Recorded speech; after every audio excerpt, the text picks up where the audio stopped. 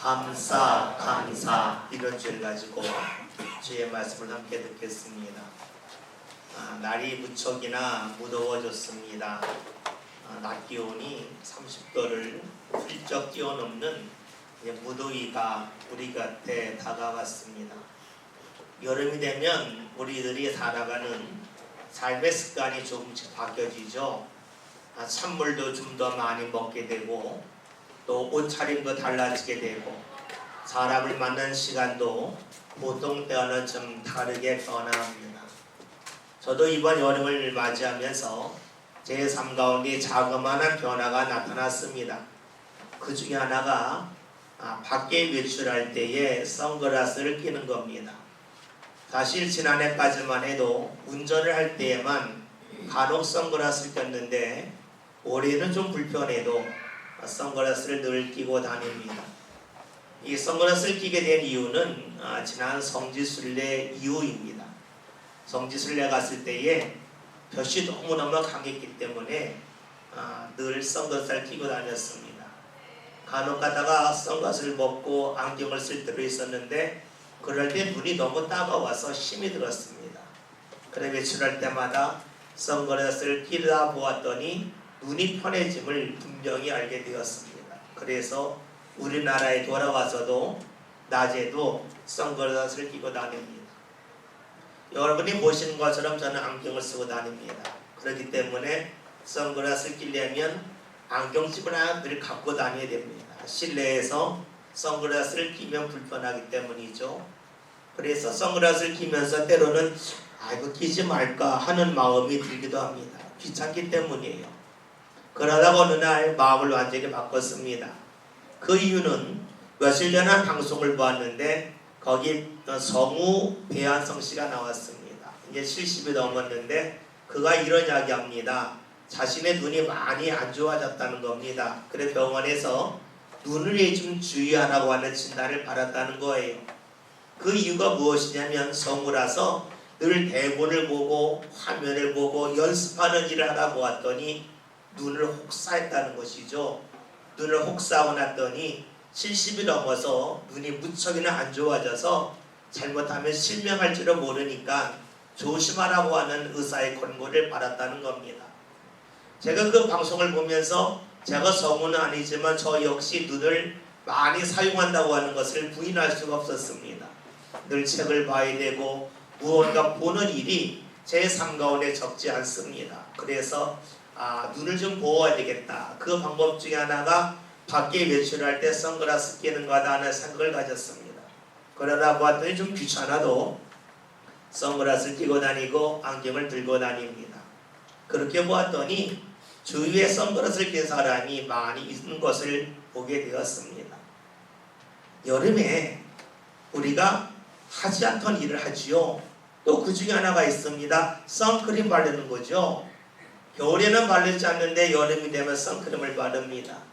그 이유가 무엇이냐면 살이 타는 것을 원치 않기 때문이기도 하겠지만 요즘 우리 시대에는 이 볕 속에 자외선이 너무나 강해서 그 자외선을 그대로 우리가 맞게 되면 피부가 탈 뿐만 아니라 때로는 피부암에 걸릴 수 있기 때문입니다.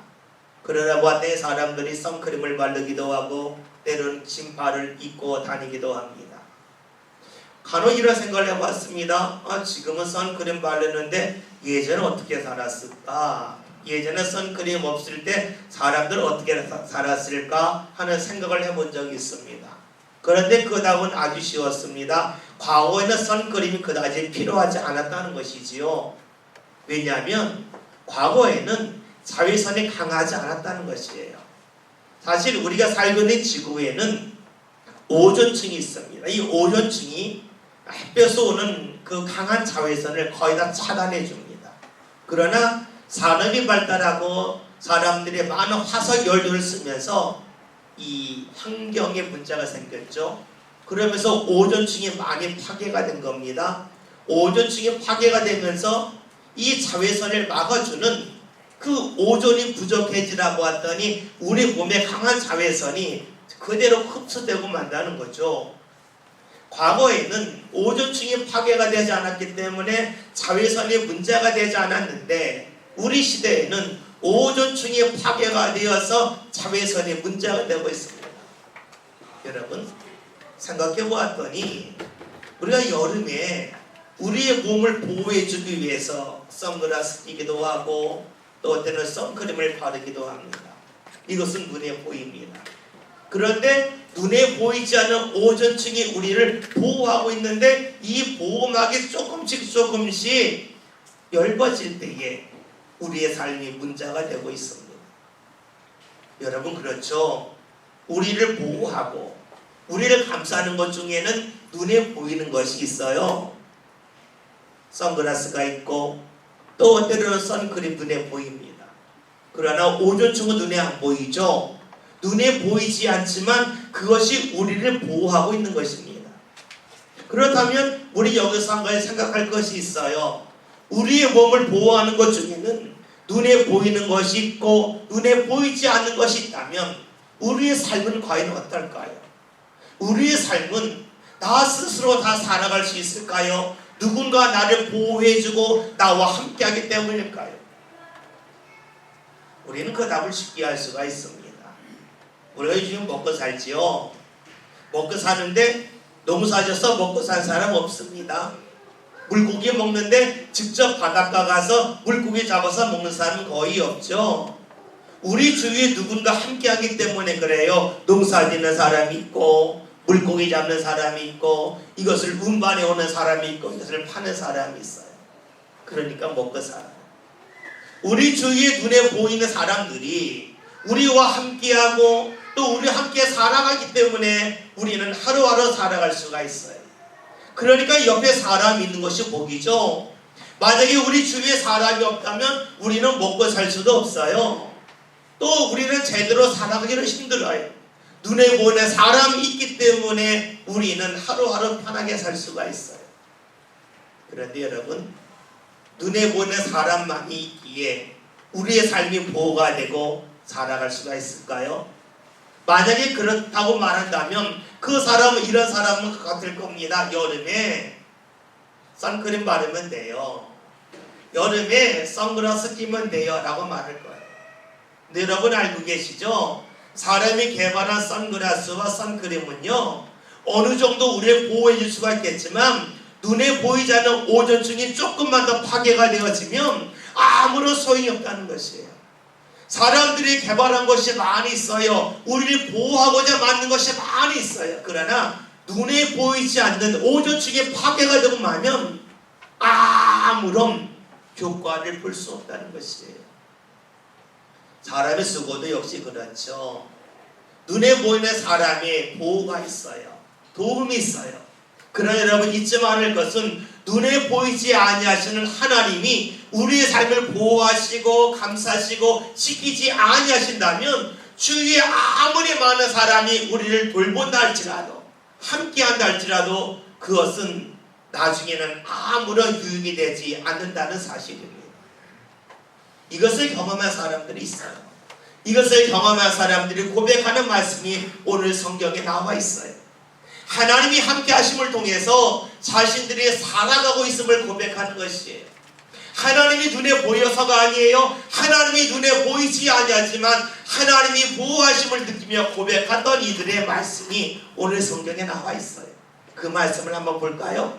말씀을 봅니다. 9절 말씀 함께 봅니다. 말씀 보겠습니다. 여호와의 분깃은 자기 백성이라 야곱은 그가 택하신 기업이로다. 아멘. 말씀을 보면 야곱이란 말이 나와요. 여러분 이 야곱은 우리가 잘 알고 있는 것처럼 사람 이름이에요. 창세기 32장을 보면 그가 하나님을 만난 후에 그의 이름이 바뀌는데 야곱에서 이스라엘로 바뀌어요. 그리고 그 이스라엘이 나중에 나라 이름이 되죠. 그리고 오늘 말씀에서 야곱은 그가 택하신 기업이로다 하는 말씀은 이스라엘은 하나님이 택하신 기업이라는 말씀이에요. 하나님이 택했다고 하는 것이 무엇일까요? 이것은 하나님이 함께 하신다는 거죠. 하나님이 함께 하심을 통하여서 이스라엘이 경험한 것이라는 것이에요. 그것에 관한 말씀이 오늘 10절 이하에 세부적으로 나와 있어요. 10절에는 말씀을 함께 봅니다. 말씀을 볼게요. 여호와께서 그를 황무지에서 짐승이 부르짖는 광야에서 만나시고 보호하시며 자기의 눈동자같이 지키셨도다. 아멘. 이 말씀의 배경은 이러해요. 이스라엘이 애굽에서 살았어요. 430년을 살면서 어느 때는 나그네로 살았고 어느 때 종으로 살았어요. 그랬던 이스라엘을 하나님께서 애굽에서 이끌어내 주셨어요. 그런데 애굽에서 이끌어내셨을 때에 더 좋은 자리에 갔을까? 그렇지 않다는 것이에요. 여러분, 우리가 잘 알고 있듯이 애굽은 이집트를 말해요. 거기는 나일강이 흘러요. 강이 흐르기 때문에 거기는 농사짓기 너무 좋아요. 먹고 사는 것이 전혀 문제가 되지 않는 곳이 바로 애굽 땅이에요. 하나님이 거기서 이스라엘을 이끌어 주셨어요. 그러면 우리 생각에는 더 좋은 자리에 가지 않겠는가 이 마음 들겠죠. 근데 우리가 알고 있다시피 하나님이 이끌어 주셨는데 그 땅은 애굽보다 더 좋은 땅이 아니에요. 오늘 말씀에 나와 있어요. 황무지래요. 황무지는 뭐예요? 풀 한 폭이 자라지 않는 것이에요. 그 다음에는 말씀을 봤더니 광야네요. 풀이 있긴 있는데 비가 워낙 조금 와서 사람이 가축을 키우며 살기 힘든 것이 바로 광야예요. 하나님이 인도해 주셨어요. 더 좋은 자리에 갈 줄 알았는데 더 좋은 자리가 아니었어요. 그 자리에는 어려움이 있어요. 왜냐하면 황무지니까 거기에는 생물이 살질 않아요. 먹고 살 수가 없어요. 하나님이 거기로 이스라엘을 인도해 주셨어요. 그리고 그곳에서 만나 주셨어요. 또 하나 광야예요. 광야는요 비가 200mm 이하로 내리는 것이에요. 그러니까 풀이 듬성듬성 나 있어요. 거기에 특징은 무엇이냐면 풀이 조금 있다 보았더니 지나가는 양도 있고 염소도 있어요. 그리고 이걸 잡아먹기 위하여 사나운 맹수들이 숨어 있는 곳이 바로 광야예요. 하나님이 그들을 그곳으로 인도해 주신 거예요. 생각해 보세요. 어떻게 살 수 있겠어요? 농사 지을 수 없어요. 그렇다고 해서 이스라엘 사람들이 애굽에서 나올 때 많은 곡식을 가지고 나온 것도 아니에요. 먹고 살 수가 없어요. 근데 하나님이 거기서 이스라엘을 보호해 주셨어요. 보호해 주셨어요. 지키셨어요. 어떤 방법으로요? 우리가 잘 알고 있는 것처럼 하나님이 그들이 먹을 것이 없을 때에 하늘에서 만나와 내추력을 내려주셔서 먹을 것을 해결해 주셨어요. 그뿐만이 아니에요. 그들이 어디로 가야 할지 몰라요. 처음 가는 길이라 방향 감각도 없어요. 근데 하나님께서 그들을 구름 기둥과 불기둥으로 인도해 주셨어요. 하나님이 그들을 그렇게 보호해 주신 거예요. 여러분, 하나님이 보호하신다 그러면 우리는 무엇을 생각합니까? 아, 먹을 것 없을 때 먹을 것 주셨구나. 어디로 가야 할지 모를 때 불길은 구름길을 인도해 주셨구나. 그러면 하나님이 보호하신다면 내가 가진 것이 없어도 내가 편안히 살겠구나. 내가 가진 것이 거의 없다 할지라도 먹고 사는데 문제가 되지 않겠구나. 이런 생각을 하죠. 다시 말하면 우리는 하나님이 지키신다면은 온실의 화초를 생각해요. 온실의 화초 아시죠? 온실 안에는 화초의 특징이 뭐예요? 바람 불어도 걱정이 안 돼요. 비가 와도 걱정이 안 돼요. 추워도 걱정이 안 돼요. 더워도 걱정이 안 돼요. 왜요? 온실 안에는 화초이기 때문에 그래요. 우리는 그런 생각을 많이 해요. 그래서 우리가 살다가 하나님을 믿는데 내 삶 가운데 비바람이 불면 하나님 비바람 왜 불어요? 제 인생 온실의 화초 아닙니까? 이런 마음을 갖고 하나님 앞에 불평을 해요. 정말로 하나님이 그렇게 우리를 인도하실까요? 많은 이들이 신앙생활을 하면서 하나님 저 온실에 화초이고 싶어요. 제 인생에 바람 불면 안 돼요. 추우면 안 돼요. 더우면 안 돼요. 이런 마음 갖고 신앙생활을 하죠. 근데 이것이 우리의 마음이긴 마음인데 과연 성경적일까요? 정말로 하나님이 이스라엘을 그렇게 인도하셨을까요? 말씀을 통해 우리는 그 답을 찾을 수가 있어요. 말씀 볼까요? 11절 함께 봅니다. 마치 독수리가 자기의 보금자리를 어지럽게 하며 자기의 새끼 위에 너풀거리며 그의 날개를 펴서 새끼를 바르며 그의 날개 위에 그것을 엎는 것 같이. 아멘. 하나님이 이스라엘을 호위하시고 보호하시고 지키시는 그 일을 오늘 성경에서는 독수리에 비유하고 있어요. 여러분, 독수리가요 자기의 새끼를 낳으면 둥지를 만들어요. 둥지를 만들 때 맨 밑에 무엇을 넣냐면 가시를 갖다 놔요. 날카로운 돌을 갖다 놔요. 그리고요 그 위에 푹신거리는 지푸를 올려놔요. 새끼가 낳잖아요. 새끼가 좀 자라요. 먹을 게 막 놓져요. 그래서 새끼가 어느 정도 자라면 어떻게 하는지 아세요? 독수리가 둥지를 막 흔들어요. 둥지를 흔들리면 어떻게 되냐면 그 위에는 뿔이 다 달라가겠죠. 그러면 그 밑에는 가시가 새끼를 막 찌르는 거예요. 그럼 아프잖아요. 아프니까 그 아픈 자리에 도망갈 거 아니겠어요? 도망가면 어디에요? 낭떠러지예요. 그때 새끼가 살겠다고 날개짓을 막 하는 거예요. 근데 못 나르잖아요. 뚝 떨어지잖아요. 그러면 어미가 쏙 받아주는 거예요. 날개를 받아주는 거예요. 그 비유를 통해서 하나님의 인도하심을 설명하고 있어요. 그래서 다시 둥지에 올려놔요. 또 좀 이따 어떻게 될까요? 둥지를 막 흔들어요. 그러면 아프잖아요. 그러면 또 다시 독수리새끼가 막 날개짓을 해요. 그러면서 날개에 힘을 얻어요. 그리고 어느 순간에는 날게 됩니다. 여러분, 독수리 입장에서 자신의 새끼에게다가 먹을 것을 놓아주는 거 할 수 있어요. 그 둥지에서 계속해서 살게 할 수 있어요. 여러분, 새끼 입장에서 볼 때에는 둥지가 편하잖아요. 보금자리 아니겠어요? 그런데 여러분 아시죠? 독수리가 계속 보금자리에만 있으면 거기서 죽을 수밖에 없어요. 푸른 창공을 나를 수가 없어요. 그 둥지가 흔들려야 날개짓을 해요. 그 둥지가 흔들려야 날개에 힘을 얻어요. 그 둥지가 흔들려야 좁은 둥지에서 살지 않고 넓은 창공을 나르며 살 수가 있어요. 왜 오늘 말씀에서 하나님이 이스라엘을 인도하시고 함께 하시는 것을 말씀하면서 독수리에 관한 비유에 관한 말씀을 주셨을까요? 그 이유는 간단해요. 하나님은 이스라엘이 광야라는 둥지에서 영원히 살기를 원하신 것이 아니었어요. 하나님은 광야에서 이스라엘을 영원히 살게 할 수 있도록 먹을 것을 제공해 줄 수 있어요. 만나와 메추라기 매일 내려줄 수 있어요. 반석에서 매일 물이 나게 하실 수 있어요. 그런데 하나님은 그 일을 하지 않으셨어요.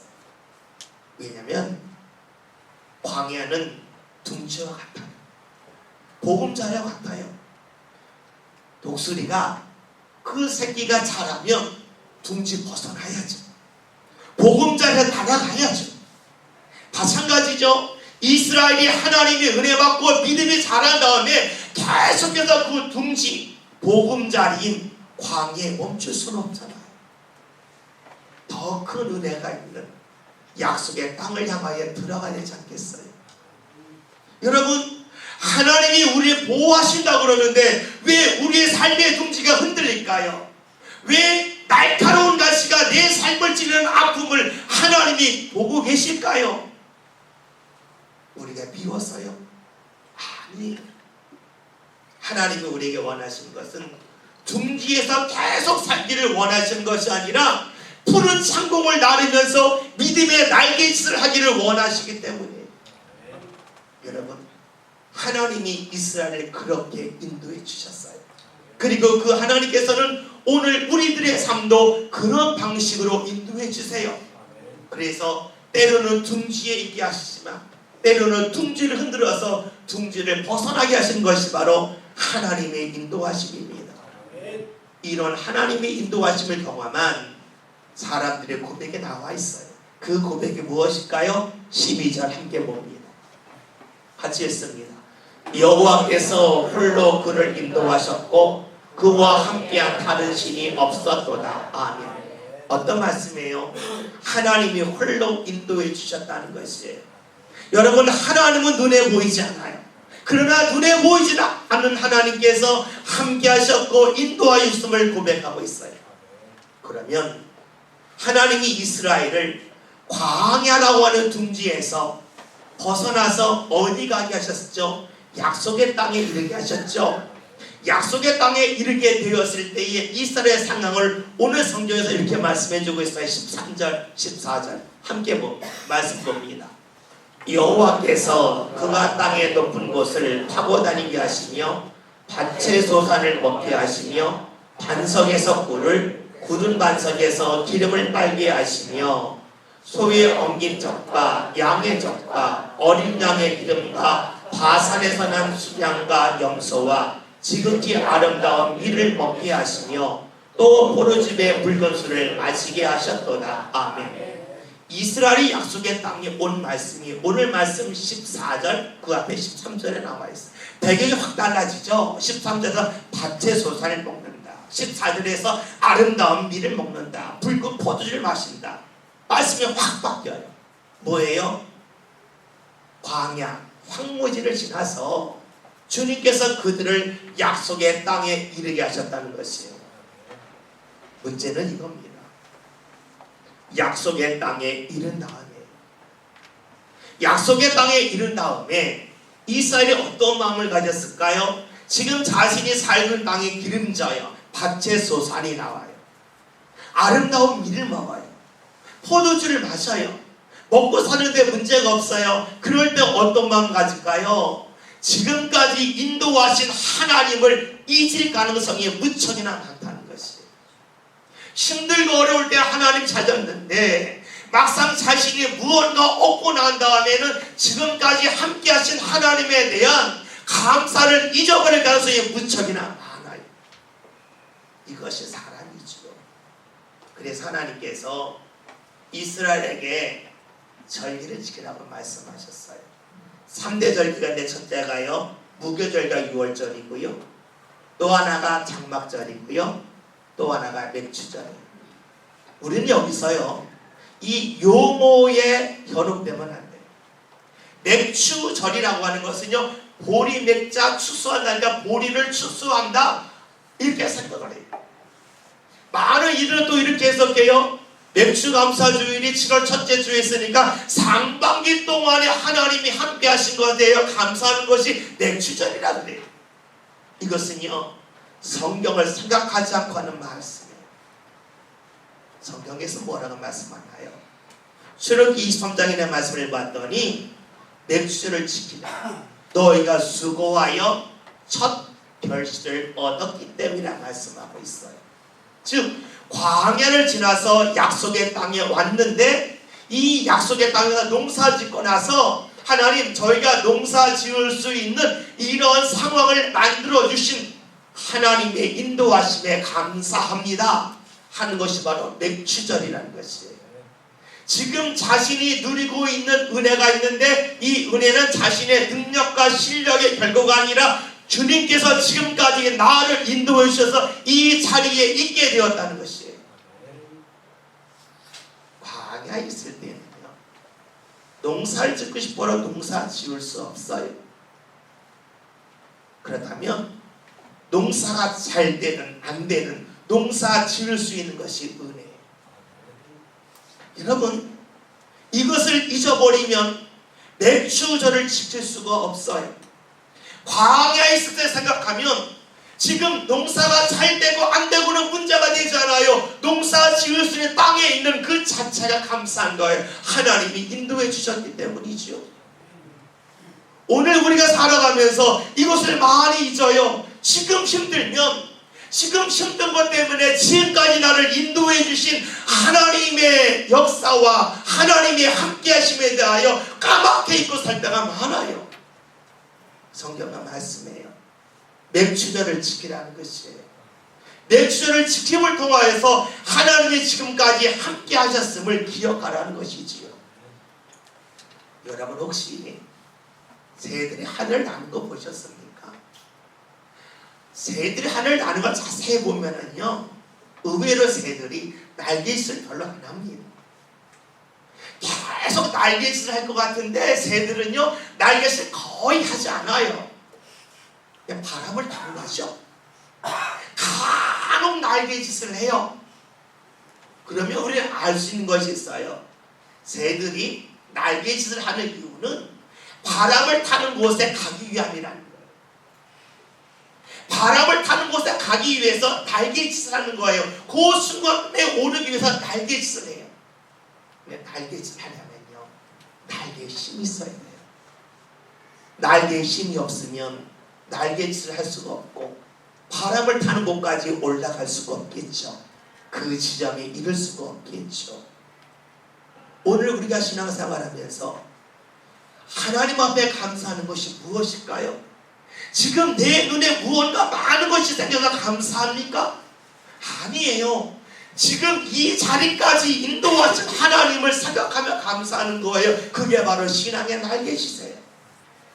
감사하며 신앙의 날갯짓을 할 때에 우리 신앙의 날개 힘이 붙어요. 힘이 붙으면 어떻게 될까요? 바람을 탄 곳까지 올라갈 수가 있어요. 그 다음에는요, 바람을 타고 쑥 가는 거예요. 새들이 가는 게 보세요. 의외로 날갯짓을 별로 하지 않습니다. 바람을 타는 곳까지 올라가기 위해서 날갯짓을 할 뿐입니다.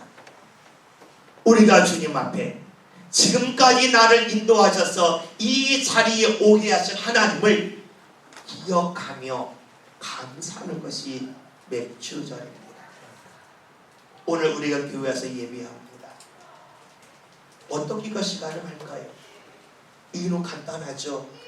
예수님께서 우리를 위하여 십자가에 못 박혀 돌아가셨기 때문에 우리가 주님 앞에 나와 예배할 수 있어요. 우리가 힘들 때 힘들다고 주님 앞에 원망하며 기도할 수 있어요. 그러나 기도하는 것은 예수님께서 우리를 위하여 십자가에 달려 돌아가셨기 때문에 하나님을 향하여 나아갈 수 있는 길이 우리에게 열려진 결과예요. 잊지 맙시다. 오늘 우리의 삶은 주님의 은혜가 있기에 우리가 기도할 수도 있고 예배할 수도 있고 간구할 수도 있어요. 주님께서 지금까지 인도해 주셨기 때문에 우리의 삶 가운데 수고할 자리도 있고 그리고 수고하면서 무언가 얻을 수도 있습니다. 맥주절은 보리 농사를 짓기 때문에 지키는 게 아니에요. 하나님께서 함께 해주셔서 약속의 땅에 이르렀기 때문에 지금 내 삶의 자리에 오기까지 주님께서 나와 함께 하셨음을 믿기 때문에 이것을 잊지 않기 위하여 주님 앞에 절기를 지키는 것이 맥주절입니다. 혹여나 나는 보리 농사 짓지 않는데, 혹여나 나는 상반기를 돌아봤는데 내가 원하는 것이 이루어지지 않았는데 뭐 감사할 것이 있습니까? 하는 마음이 드신 분 계십니까? 맥주전의 원래의 의미를 꼭 잊지 맙시다. 광야를 지나서 약속의 땅에 왔기 때문에 농사 지을 수 있어요. 자신의 힘이 아니었습니다. 지금 내 자리에 있는 것, 그것이 100% 여러분의 능력이라고 여겨지십니까? 아니면 하나님께서 여러분을 감싸주신 결과라고 생각합니다. 오늘 여러분이 뜨거운 태양볕 아래서 우리가 강한 자외선을 쏘이지 않는 것이 선크림 발랐기 때문입니까? 하나님이 우리에게 오존증을 허락하셨기 때문이겠습니까? 눈에 보이지 않지만 주님께서 우리의 삶을 감싸주셨기 때문에 우리가 하루하루 살고 있습니다. 지금 내 눈에 주님이 보이지 않지만 주님이 내 삶을 감싸고 계심을 기억하며 맥주절을 지킬 수 있는 저와 여러분이 될 수 있기를 바라겠습니다. 이쯤 되면 오늘 우리의 말씀의 제목을 알 수 있습니다. 오늘 말씀의 제목은 감사와 감사입니다. 감사, 뭡니까? 하나님이 우리의 삶을 감싸고 계시다는 겁니다. 하나님이 하시는 일은 우리의 삶을 감싸고 계십니다. 주의 은혜로 감싸고 계시고 주의 사랑으로 감싸고 계십니다. 그 감싸시는 하나님을 바라보는 우리가 할 일이 무엇입니까? 감사하는 것입니다. 하나님이 내 삶을 감싸고 계심을 알지 못한다면 감사할 수 없습니다. 하나님이 내 삶을 지금까지 감싸오셨습니다. 이것을 믿고 아는 사람은 주님 앞에 감사합니다. 잊지 맙시다. 하나님은 우리를 감싸고 계십니다. 이것을 잊어버린다면 우리 입술에서는 감사가 없습니다. 또 지금까지 인도하신 하나님이라면 우리에게 또 다른 인도하심이 있을 겁니다. 우리에게 또 다른 약속의 땅이 있습니다. 하나님 앞에 감사함을 통하여 신앙의 날개의 힘을 얻어 날개시삽에 올라가는 가운데 은혜의 바람을 타고 하나님 허락하여 주시는 은혜의 자리를 향하여 마음껏 날아가는 저와 여러분이 될 수 있기를 바랍니다. 감사하시는 하나님, 그 하나님을 믿고 감사하는 저와 여러분이 다 될 수 있기를 바랍니다. 기도합니다. 하나님이 저의 삶을 감싸고 계심을 믿습니다. 그 감사하시는 하나님을 기억하면서 감사하며 살 수 있는 모든 성도를 되게 하여 주옵소서. 그리하여 신앙의 날갯짓에 힘이 붙게 하여 주시어 하나님 은혜의 창공을 향하여 먼저 날아갈 수 있는 모든 성도를 되게 하여 주옵소서. 예수님의 이름으로 기도하였습니다. 아멘.